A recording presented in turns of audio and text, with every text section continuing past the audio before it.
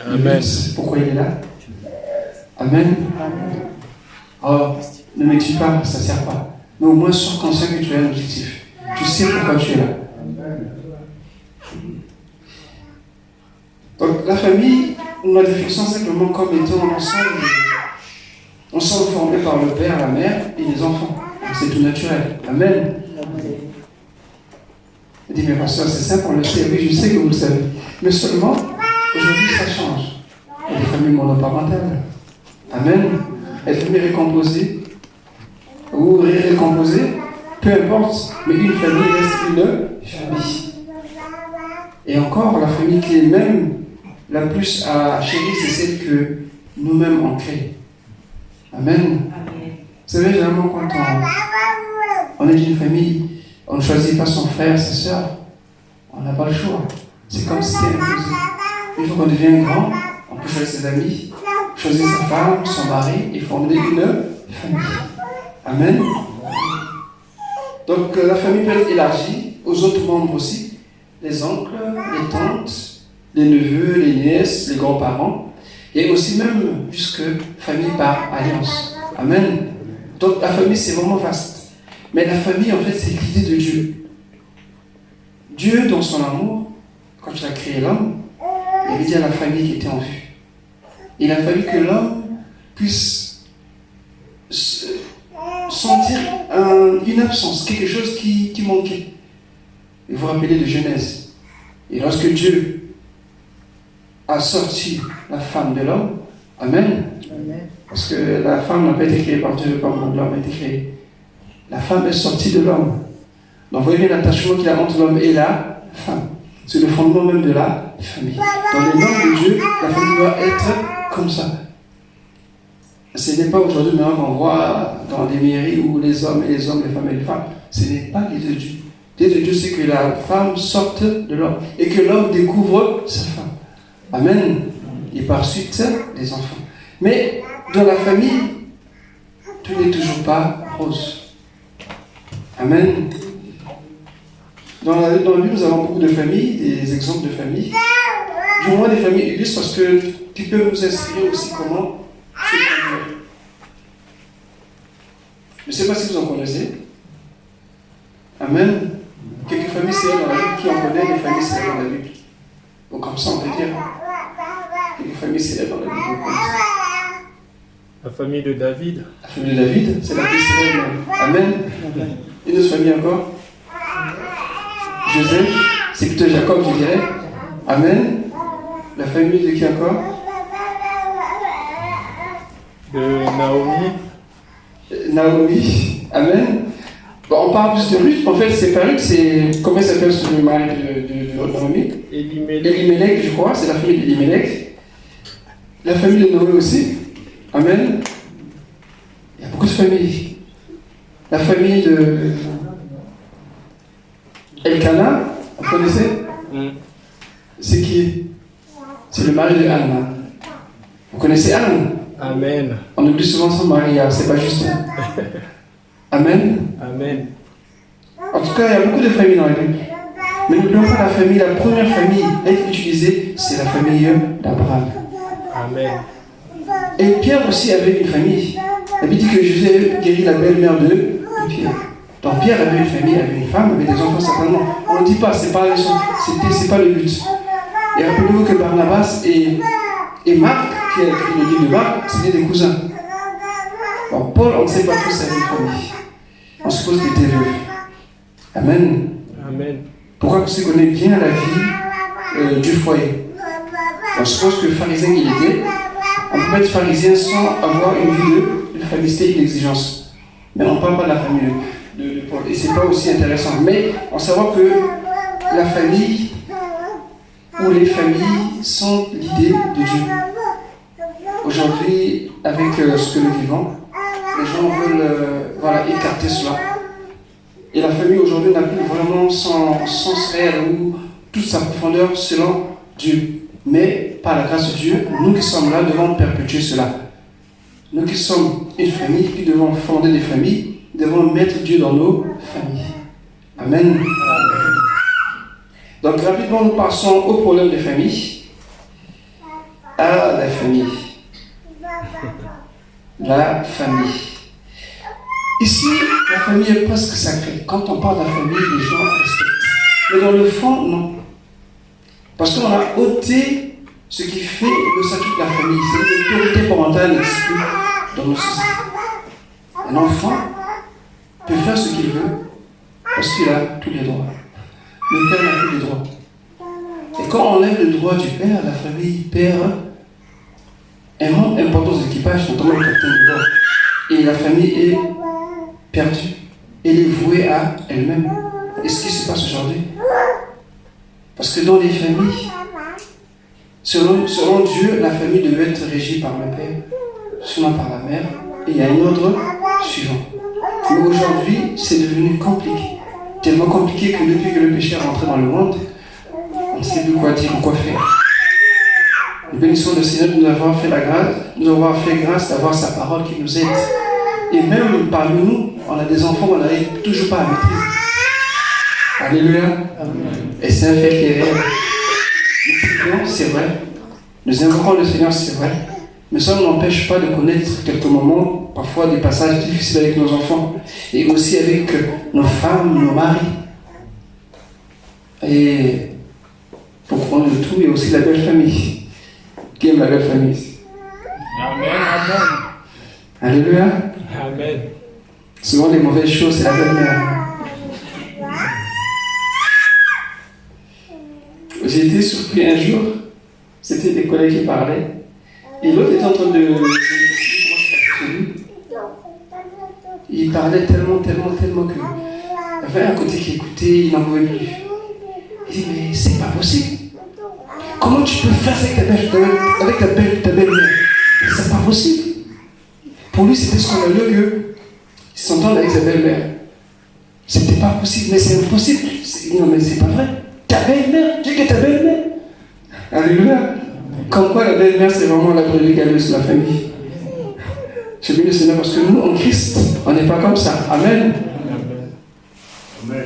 Ah, les sœurs ne répondent pas.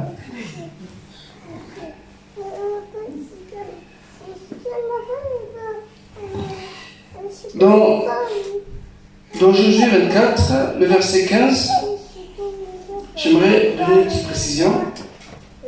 Josué 24, le verset 15, quelqu'un a trouvé? En fait, on connaît ça par cœur. Comme je dis, il y a des références, on est bien perdu. Il est écrit, moi et ma... Nous servirons l'Éternel. Nous servirons L'Éternel. En fait, on parle de maison, mais c'est le même mot utilisé pour famille. Dans la Bible, souvent, la maison revient. On peut mettre famille ou bien maison, c'est la même. C'est-à-dire que moi et ma famille, nous servirons les... Moi et ma maison, c'est la même chose. Et quand Dieu parle de maison, il parle de famille. Chaque maison, chaque famille, dans la Bible, a un responsable, un chef. C'est pas long. Amen. Le chef, c'est le père, suivi de la mère et du premier-né qui avait toujours la double part.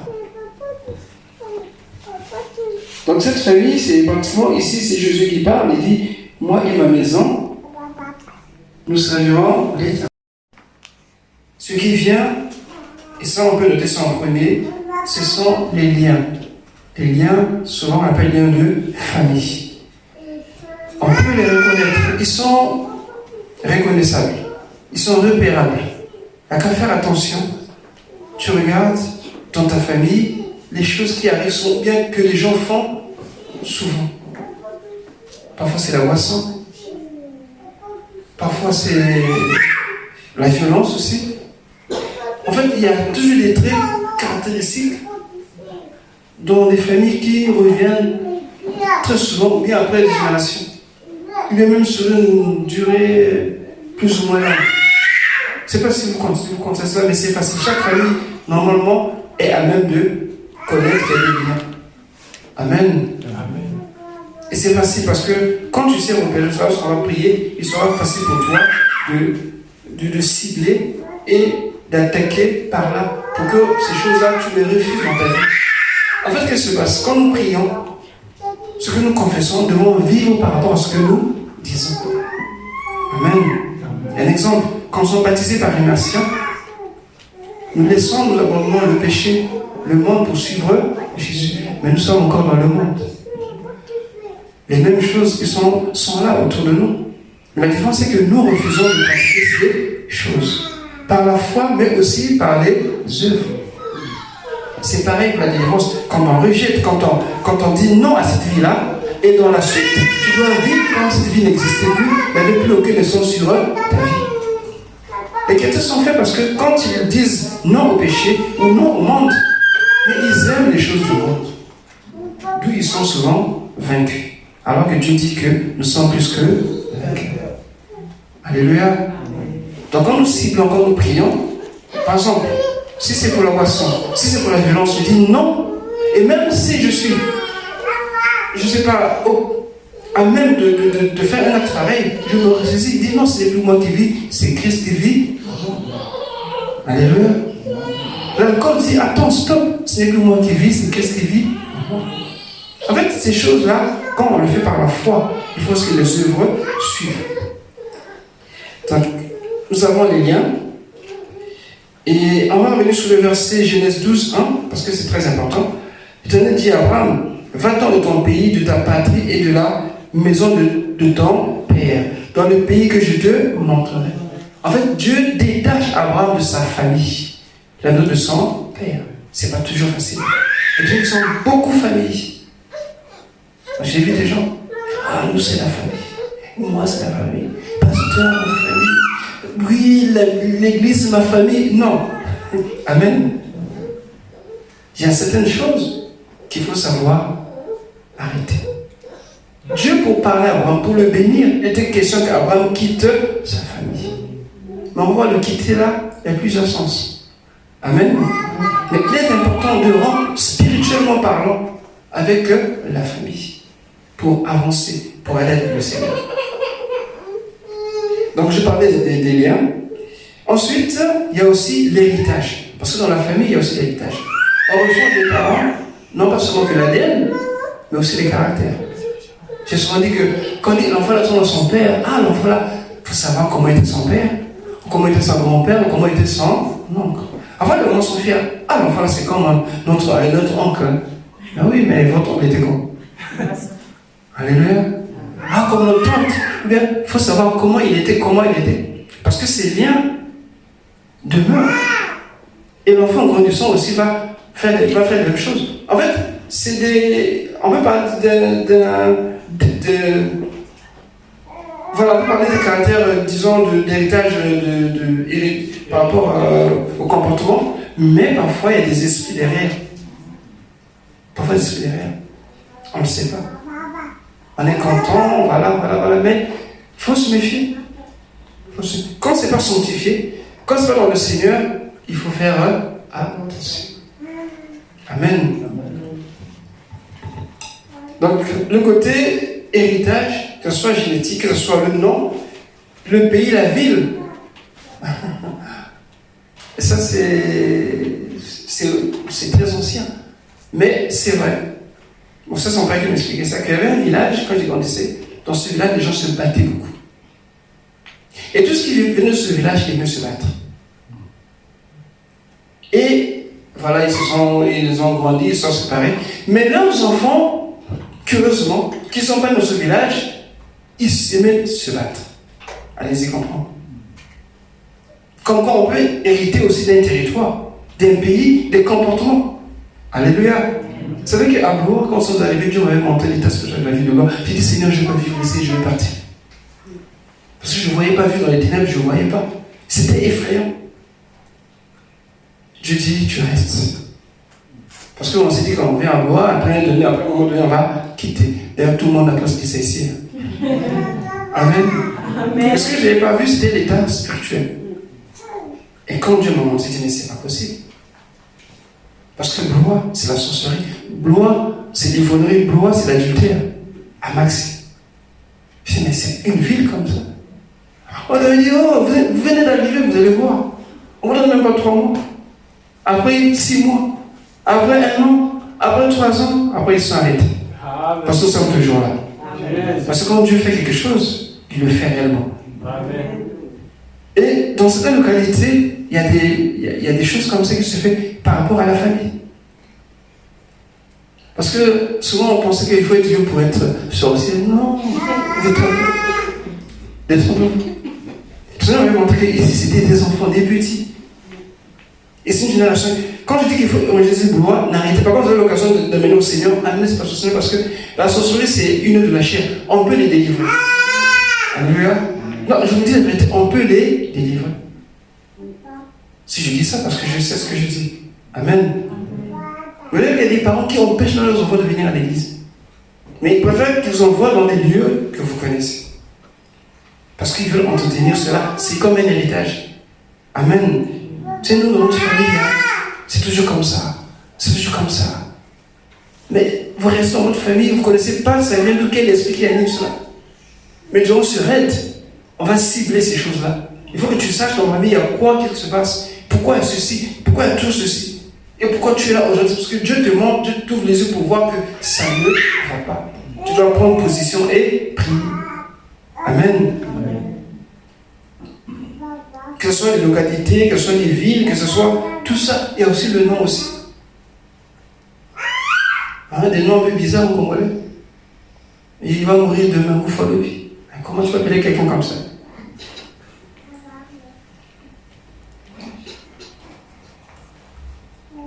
Bon, ici, il y a des gens qui s'appellent Monsieur le Noir. Bon, juste comme ça.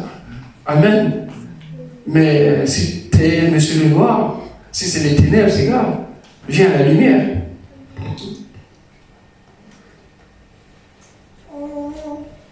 Donc, l'esprit de famille, souvent, c'est la servitude. Tout ce que tu fais, tu sers la famille. Tes enfants même, c'est à peine. Ou ton épouse, ta femme, c'est à peine. D'abord, ta famille. Et c'est un esprit qui est très, très résistant, je dirais. Parce que souvent, il sévit dans la famille. Donc, il connaît, il contrôle pratiquement tout le monde. Il sait. Parce que parfois, c'est des gens qui n'arrivent pas à se marier, mais qui ont un rang social assez élevé. Mais tout leur bien, ça va que pour des choses qui ne profitent pas eux, mais que les autres profitent. C'est l'esprit de servitude. Le pasteur me disait qu'ils avaient un oncle, lui, il achetait seulement les cercueils. Dès qu'il y avait un mort, on l'appelait. Et lui, il prenait la plus grosse part, il achète le cercueil. Et on laisse la veiller. C'était ça son problème. Et toute la famille, dès qu'il y avait un mort, c'est lui qu'on l'appelait. Il était content, il était fier. Mais c'est pas qu'il était dans la servitude. En fait, la servitude se manifeste de plusieurs façons. Bref, on ne va pas trop dans le détail, mais c'est juste des pistes à chacun de voir, de réfléchir pendant que je parle. Amen. Il y a aussi l'esprit de contrôle dans la famille. Qu'est-ce que tu as acheté? Qu'est-ce que tu as fait? Tu travailles où? Comment tu as eu ça? Alléluia. C'est moi le cas, j'ai pas. Ils doivent tout savoir de toi. Mais tu avais dit ça tel jour. Mais tu n'étais pas là, comment je le sais? Et des autres. Amen. Et ils veulent tout contrôler ta vie, tout ce que tu fais. Tu as acheté une paire de chaussures. Tu as acheté une voiture. Tout, ils veulent savoir. Tu vas même à l'église? Tu vas où? Au travail? Tu as un rendez-vous? Non.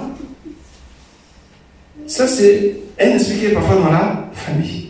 Parfois, il y a un individu dans la famille qui connaît tout ce qui se passe chez les autres. Et c'est lui qui rapporte. Il est toujours là. Comme on dit au bon moment. Enfin, souvent, c'est le mauvais moment. Tu sais qu'un tel a dit ça à un tel parce qu'un tel était là-bas. Mais toi, tu ne sais pas faire quoi là-bas. Et comment tu l'as su? Il ne te dira pas. Il faut communiquer à tout le monde. C'est l'esprit de contrôle. Il faut qu'il sache tout ce que tu fais. Combien tu gagnes. Déjà, tu passes à ta femme. C'est compliqué déjà. Mais tout le monde autour de toi sait combien tu gagnes. Et dans la famille, il y a aussi les esprits de coutume et de tradition. Et ça, c'est très résistant aussi. La coutume. Mais chez nous, dans mon village, dans ma famille, c'est toujours comme ça. C'est toujours comme ceci. Regardez dans Genèse 29. Parce qu'on va se fonder sur la parole de Dieu. Genèse 29, le verset 25.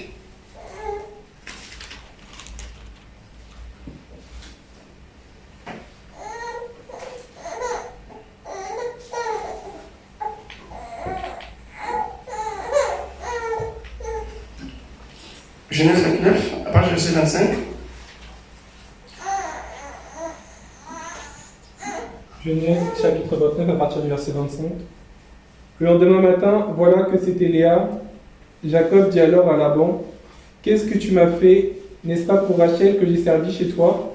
Pourquoi m'as-tu trompé ?»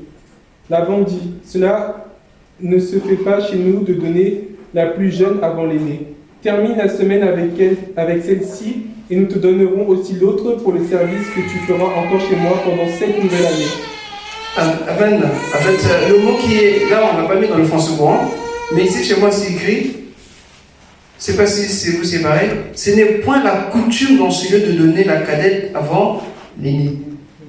Amen. Dans la coutume là-bas, l'aîné doit d'abord se... Dans certaines tribus, dans cette famille, l'aîné doit d'abord travailler. Et tout c'est d'abord l'aîné. Mais qui vous a dit ça? Ça c'est la coutume. Et c'est très résistant, ce genre de... Tu vas d'abord faire ça parce que voilà, dans la famille, il faut d'abord que ce soit un tel, tu vas d'abord construire. Non, tu es trop jeune pour construire, tu vas... Il y a des choses que tu vas d'abord faire parce qu'un tel, voilà, ça c'est là, la coutume. Et c'est un esprit qui est résistant et aussi qu'on peut trouver parmi nous. Et les coutumes, la tradition, ça va toujours ensemble. Ça fait souvent bon ménage. Mais nous devons comprendre que nous ne sommes plus régis par la coutume ni par la tradition. Il faut arrêter, il faut couper cela. Parce que il y a du bon côté, certes, mais ça doit être dans le Seigneur. Amen. Je ne dis pas que régner les parents, et non. Mais nous vivons d'abord par rapport à la parole de Dieu. Amen.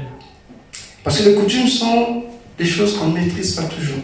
Beaucoup de choses se font par les coutumes. Vous savez que même ça, des dots, le mariage, des alliances, c'est des choses, c'est comme un iceberg.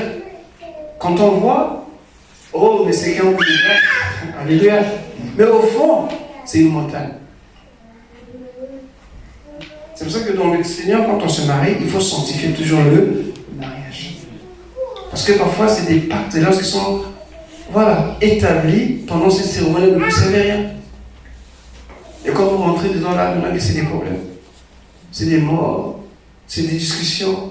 Il n'y a pas de paix, il y a tout ça parce que justement vous avez signé un pacte que vous ignorez. Amen. La tradition, les coutumes, c'est des choses qu'il faut faire extrêmement attention. Et ça, c'est dans la famille. C'est le terreau même de la famille. Amen. Mais il n'y a pas que des mauvaises choses dans la famille, il y a aussi des bonnes choses dans la famille. Par exemple, dans les temps difficiles, on a besoin de la famille pour se réconforter. Amen. Jean 19, 26 à 27.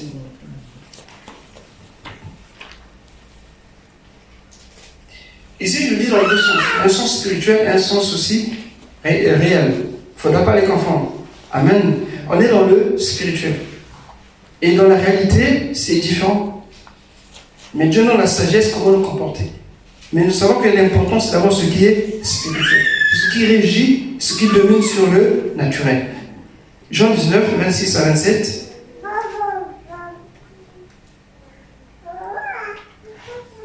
Jean chapitre 19 du verset 26 au verset 27. Jésus vit sa mère et près d'elle le disciple qu'il aimait. Il dit à sa mère, « Femme, voici ton fils. » Tu peux monter le verset 25 Verset 25. Près de la croix de Jésus se tenait sa mère, la sœur de sa mère, Marie, la femme de Clopas, et Marie de Magdala. Jésus vit sa mère et près d'elle le disciple qu'il aimait. Il dit à sa mère, « Femme, voici ton fils. » Puis il dit au disciple, « Voici ta mère. » Dès ce moment-là, le disciple l'a pris chez lui. Amen. C'était un moment très douloureux, très déçu pour le Seigneur. Il savait que son heure était arrivée, il fallait accomplir la volonté du Père. Mais il avait laissé sa mère en larmes. Il en était conscient. Alléluia. Et c'est là que justement le besoin de la famille se fait ressentir. Je vous rappelle que Jésus et Jean étaient des cousins.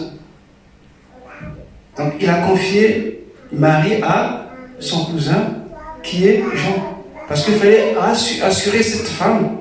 Parce que quand vous perdez un fils aîné, généralement, c'est compliqué pour la suite. Parce que le fils aîné était en même temps le père responsable pour prendre soin des petits frères, le manger, tout ce qu'on sait. Est-ce que vous voyez? Tellement difficile, c'est la famille qui sert de rempart. C'est pour ça qu'on doit aussi prendre soin des nôtres. Amen. Amen. En faisant l'aspect négatif dans le spirituel, mais naturellement, les liens, on les rompt. Parce qu'on va dire que quand on est chrétien, maintenant on quitte la famille. Non, c'est parce que la Bible dit. Mais nous quittons spirituellement. C'est-à-dire nous arrêtons ce que les coutumes, les traditions, ces choses-là, tout ce qui est spirituel, les liens là, on les refuse. Amen. Amen. Et nos parents restent nos parents. Il est bien de prendre soin. Vous voyez que Jésus n'a pas fait un miracle pour que Marie, je ne sais pas quoi. Non, il a confié naturellement à Jean. Parce qu'elle avait besoin d'être fortifiée, réconfortée, consolée. Et ça, c'est que Jean peut le faire. En source que Jean veut, c'est une famille. Amen. Donc c'est important la famille. Il n'y a pas toujours de mauvais côtés. Notez le psaume 128, ça c'est le modèle de Dieu. Ça, c'est vous le notez seulement. On va aussi lire dans Jean 4, et ça nous concerne. Jean 4, le verset 17. Et puis 1 Timothée 5, le verset 7.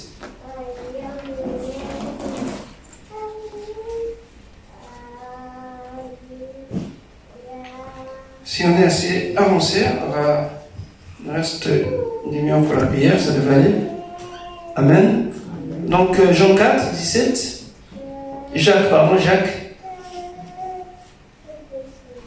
c'est après Hébreu.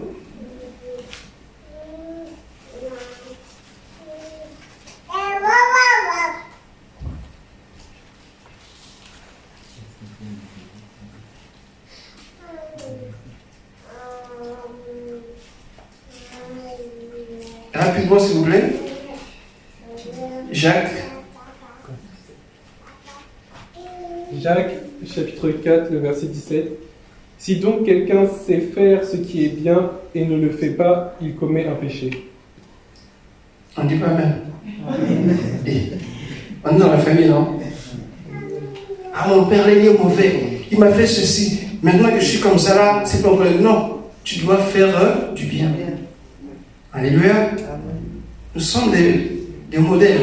Nous sommes celles et lumières de la terre. Jésus dit que si on vous fait mal, vous ne pouvez pas rendre le mal. Priez pour ceux qui vous maltraitent, bénissez ceux qui vous maudissent. Même si ton père est, louche, je sais que c'est pas toujours facile parce que je sais qu'il y a des familles où des personnes ont grandi auprès des pères qui vraiment n'ont de père que le nom. Mais dans la réalité, c'est vraiment pas ça comme un père. Mais dans le Seigneur, ces choses-là doivent être regardées comme du passé.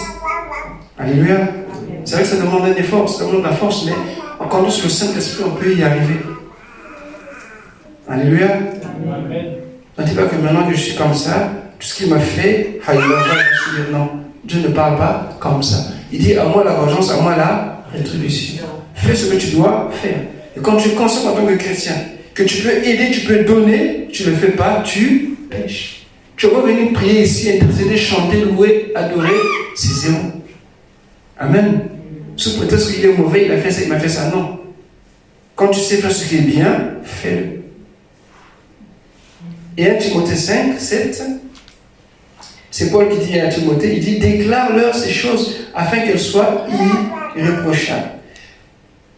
Ça, il parlait des jeunes veuves, je crois, des jeunes sœurs, je pense. Ok, c'est pas ça mon problème. Verset 8. Si quelqu'un n'a pas soin des siens, donc de sa famille, et principalement ceux de sa famille. Les siens, c'est au sens large. Amen. Amen. Ton oncle, ta tante, ton neveu, ta nièce, voilà, tout ce qui gravite autour de toi dans la famille. Maintenant, principalement ceux de ta famille, c'est-à-dire de ta maison, de ton foyer. il a renié sa foi et il est pire qu'un infidèle. Est-ce que vous comprenez ça? C'est-à-dire, en tant que serviteur, la priorité, avoir un bon témoignage dans sa maison. Et aussi autour. Parce que c'est la famille. Dieu aime la famille. La première famille que Dieu a instaurée, c'est Adam et Ève. Et ce n'est pas facile. Ce n'est pas toujours évident. Parce qu'il s'est passé un premier problème dans la famille. Vous savez c'est quoi?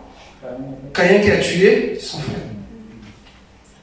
Alors, les problèmes ne sont pas exemples. Dans les familles, il y a toujours des problèmes. Il n'y a pas de famille parfaite. Comme je dis, il n'y a pas d'église parfaite. Mais nous sommes une famille. La maison de Dieu que nous sommes, c'est une famille. Mais une famille spirituelle. Amen. Parce que mon frère ou ma soeur, je ne sais pas si on sera au ciel. Alléluia. C'est la vérité. Non, je vous dis, je les aime. Mais s'ils n'ont pas reçu Jésus, on ne se verra plus. Mais vous, je vous ferai. Alléluia. Amen. Jésus a dit à Pierre que si quelqu'un est rejeté par sa famille, par moi, il aura une grande famille. Il ne parlait pas de la famille naturelle, il parlait de la famille spirituelle. Donc nous devons comprendre que la famille tient dans le projet de Dieu. Et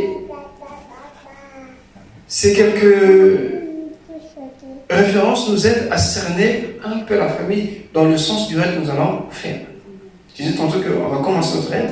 Aujourd'hui, on parle des familles. C'est pas vraiment tout. Il y a plusieurs. Mais j'ai voulu appuyer sur ça pour prier pour nos familles. Quand je parle de famille, je parle de que ce soit nos épouses, nos époux, nos enfants, et aussi nos parents, et aussi ceux qui sont autour de nous.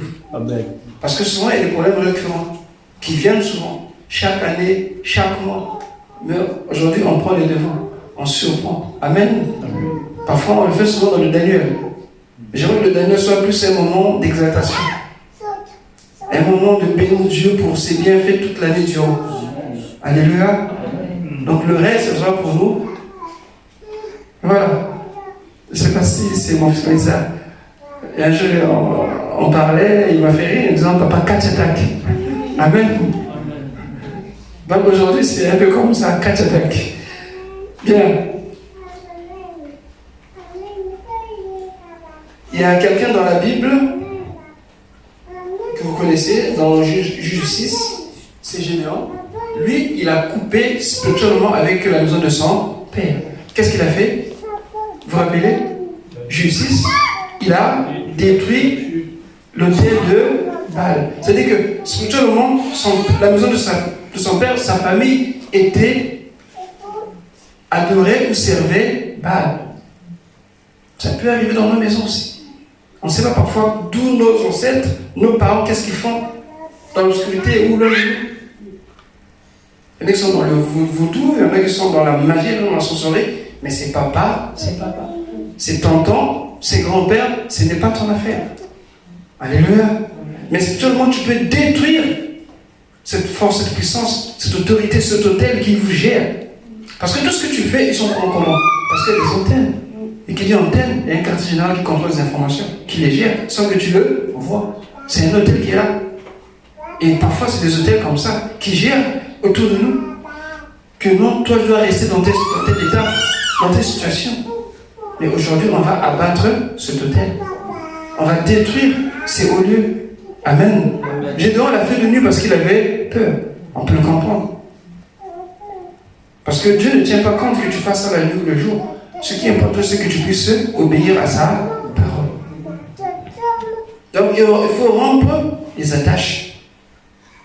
Et je reviens à Genèse 12.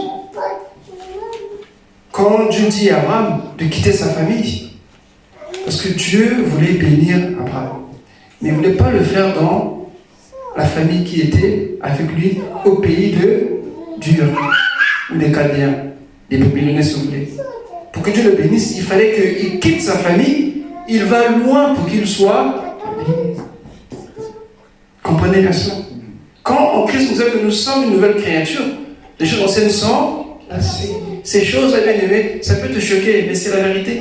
Ça peut concerner aussi ta vie familiale. Quelqu'un me saisit? Ça peut concerner la maison de ton père, d'où tu es né, d'où tu viens. Mais spirituellement, quand tu viens au Seigneur, tu n'es plus attaché à cette maison. Tu entends la voix du Seigneur qui t'appelle. C'est là que Dieu va te bénir. C'est là que Dieu va accomplir ses promesses dans ta vie. Mais avant, il faut que tu t'éloignes de cela. C'est ce que nous dit 1 Corinthiens 6. On va noter point par point, ensuite on va prier. C'est 2 Corinthiens, je prie 2 Corinthiens 6. Le parallélisme est très saisissant lorsqu'on voit avec ce qu'Abraham a fait et ce qui est écrit ici. 2 Corinthiens 6, le verset 14 dit: ne vous mettez pas avec les infidèles sous un joug étranger. Les infidèles, c'est ceux qui n'ont pas le Seigneur, ceux qui n'ont pas reçu Jésus. Parce que tout le monde connaît Dieu. Amen. Qui sont même bien informés sur Dieu, sur la Bible, toi et moi, mais qui n'ont pas reçu Jésus. Et c'est dommage. Car quel rapport y a-t-il entre la justice et l'iniquité? Ou qu'y a-t-il de commun entre la lumière et les ténèbres? Quel accord y a-t-il entre Christ et Bélial? Ou quelle part a le fidèle avec les fidèles? Et rien de tout cela. Rien du tout. Quel rapport y a-t-il entre le temple de Dieu et les idoles? Qui est le temple de Dieu ici? Amen. Nous sommes le temple de Dieu. Pourquoi? Parce que le Saint-Esprit est en chacun de nous.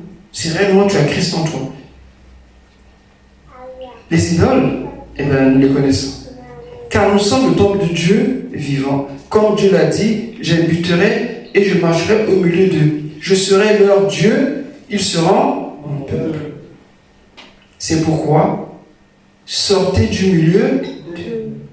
Abraham l'a fait. Il a fait par la foi. Comme toi et moi aujourd'hui, on va le faire par la foi. On sort du milieu d'eux. Et séparez-vous, dit le Seigneur. Ne touchez pas à ce qui est impur, je vous accueillerai. Je serai pour vous un père.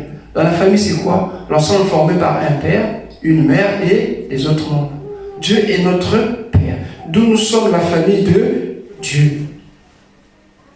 Je serai pour vous un père, et vous serez pour moi des fils et des filles. Dit le Seigneur, tout gloire. C'est notre nouvelle famille. Et cela, nous l'avons par Jésus-Christ. Jésus seul. Amen. Dieu est notre Père. Avant que Jésus ne meure à la croix, qu'il monte, il disait déjà, quand vous priez, dites Père. Notre Père qui est aux cieux. Les gens répètent cette prière comme si c'était, je ne sais pas, une formule. Ce n'est pas une formule, ça part d'une relation de père à fils. Si tu n'es pas fils, tu peux pas appeler père celui que tu ne connais. Amen. Les gens qui sont dans des milieux obscurs, excusez-moi le terme, dans des boîtes, dans des bars, dans tout cela, ils sont notre père, mais ils se moquent de Dieu. Ils se moquent de Dieu, ils ne connaissent pas. Alléluia. Amen. Si Dieu est ton père, tu ne dois pas te trouver dans ces milieux. Non. Entre nous, est-ce que les brebis peuvent habiter avec les loups? C'est possible? Non. Les loups avec les loups, les brebis avec les brebis. Comme disait mon père, le cafard, ne le mettez pas avec le coq. Ça ne marchera jamais. Parce que, voilà, les deux, c'est incompatible.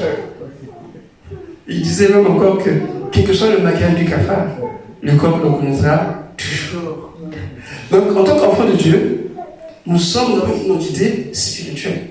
On ne peut pas se mélanger avec le monde. Mais on est dans le monde. On ne va pas les détester, les haïr, mais nous marchons en nouveauté de vie par rapport à la parole de Dieu. Nous sommes la famille de Dieu. Spirituellement, on va prier. Concernant ce que nous avons parlé des liens, de l'héritage, l'esprit de famille. Les plus récurrents, si tu peux les noter, mais en priant, on va les citer tour à tour. Les divisions, les séparations, la jalousie, la haine, un tel a réussi, pourquoi pas moi, c'est moi ses enfants. Ces choses sont dans la famille, c'est récurrent dans les familles. Il y a aussi les divorces, le célibat, l'infidélité. La maladie aussi, certaines maladies aussi. Les sacrifices. Souvent, c'est des nouveau-nés, parfois, c'est des grossesses prématurées, parfois, c'est des avortements comme ça. Toutes ces choses-là, parfois, dans les familles, c'est récurrent. Ça tourne dans les familles, ça tourne toujours les mêmes choses. Et donc, pendant que je parle, si tu peux, l'Esprit de Dieu peut te ramener à un élément de ce que je cite ici, là. Quand tu vas prier, tu vas cibler cela. Alléluia. Parce que la famille, selon Dieu, c'est là où l'homme doit s'épanouir. Les enfants, comme on disait le psaume 128, vous allez voir l'idéal de la famille selon Dieu. Mais aujourd'hui, le péché a tout changé complètement. Et le train de vie que nous menons n'arrange pas les choses. Il y a aussi le problème de finances aussi, de pauvreté aussi, de servitude. Moi, je me rappelle, il y avait une sœur qui me disait, en ce là, j'étais en fait, elle me dit, non, ce problème-là, laisse. Nous, on est pour nos pauvres dans la famille. Ça y fait mal. Parce qu'on leur a fait croire que personne ne peut réussir dans leur famille. Parce que l'oncle avait dit qu'il était mort. Il dit, mais tu es en Jésus. Tu es une nouvelle création. Réalise ce que Dieu a dit pour toi et fonce. Je bénis Dieu parce que ça s'est mariée, elle a des enfants. Et elle est heureuse. Parce que la famille te dit quelque chose que, parce qu'elle a dit ça, ça doit rester. Mais non. Celui qui a dit ça, c'est qu'un homme. Il n'est pas Dieu. Amen. Amen. Les échecs aussi. Comme si tu n'avançais pas, tu as tout, mais tu as l'impression comme si du sur place. Les esprits de mort dans le sommeil, tu rêves quand tu tombes toujours. Quand tu dors, tu es toujours asphyxié. On te menace toujours. C'est des choses qui sont récurrentes dans les familles. Parfois c'est un chat, parfois c'est un chat, parfois c'est un animal qui visite tout le monde. Parfois un tel rêve que j'ai eu un chat. L'autre aussi, c'est le même chat. Il y a un problème. Amen. Nous sommes dans la famille. Regardons les problèmes récurrents dans nos familles respectives et on va prier. Chacun va prendre position et chasser cela, briser ces liens, renverser comme l'a fait Gédéon, l'autel qui était dans la maison de son père. Amen. Comment prier? Vous avez dit, mais moi j'ai prié, c'est facile.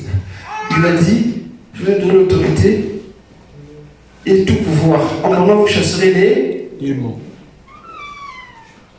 Et tout ce que vous savez sera lié dans les cieux. Et peu importe la manière de faire, crois. Le plus important, c'est que tu crois. Amen. Amen. Pendant qu'on va donner un